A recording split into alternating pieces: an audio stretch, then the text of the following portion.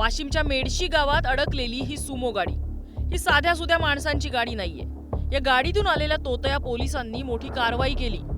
भस्मापासून लाखोंच्या बंडलांचा कथित पाऊस पाडणारा बाबा आणि त्याच्या चेल्याला ताब्यात घेत तब्बल 8 लाख रुपये जप्त केले। सावज ठरवलेल्या सचिन देशमुखांना हा बनाव लक्षात आला आणि त्यानंतर एकाला बेड्याही पडल्या, पण त्याचे साथीदार पसार झालेत।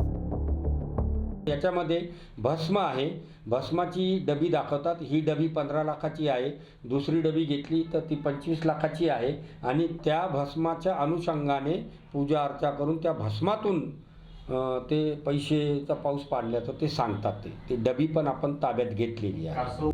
या तथाकथित पैशांचा पाऊस पाडणाऱ्या बाबांनी वाशिम रिसोड मार्गाकडे शेतात असलेल्या एका टिन शेड मध्ये हा दरबार भरवला होता।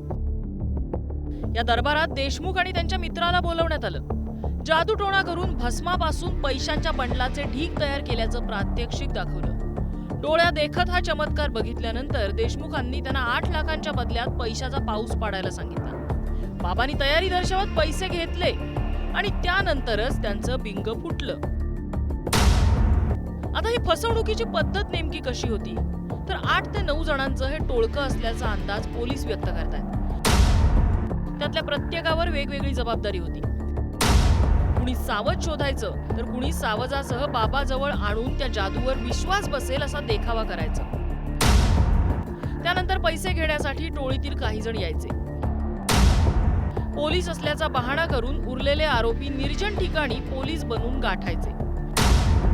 पैसे आणि ते नेण्यासाठी आलेल्यांना धमकावून ताब्यात घेण्याचा बहाणा करून स्वतःच्या वाहनातून पळवून न्यायचे। यावेळी त्यांची ही गंडा घालण्याची पद्धत सपशेल फसली, त्यामुळे त्यांना पळ काढण्याची वेळ आली, पण त्यांचा साथीदार पोलिसांच्या हाती लागला। समोरून एक टाटा सुमो आली, त्याच्यामध्ये पोलीस असल्याची बतावणी करून 4-5 लोक काठी घेऊन उतरले। त्यांचे जे 2 माणसं गाडीमध्ये होते त्यांनी मारहाण केली आणि जबरदस्तीने त्या माणसांना आम्ही पोलीस स्टेशनला घेऊन जात आहोत म्हणून ते घेऊन गेले। त्यावेळेस फिर्यादी आणि त्यांच्यासोबतचे 2 लोक होते, त्यांना आपली फसवणूक होत आहे असे वाटल्याने त्यांनी त्यांचा पिच्छा केला आणि मेडशी जवळ मात्र त्या गाडीला त्यांनी पकडलं। जो ड्रायव्हर सापडलेला आहे त्याला सदर गुन्ह्यात आपण अटक केलेली आहे। पुढील तपास मालेगाव पोलीस स्टेशनचे प्रभारी जे आहेत संजय चौधरी त्यांच्या चमूने API धोत्रे आणि इतर अंमलदार हे करीत आहेत।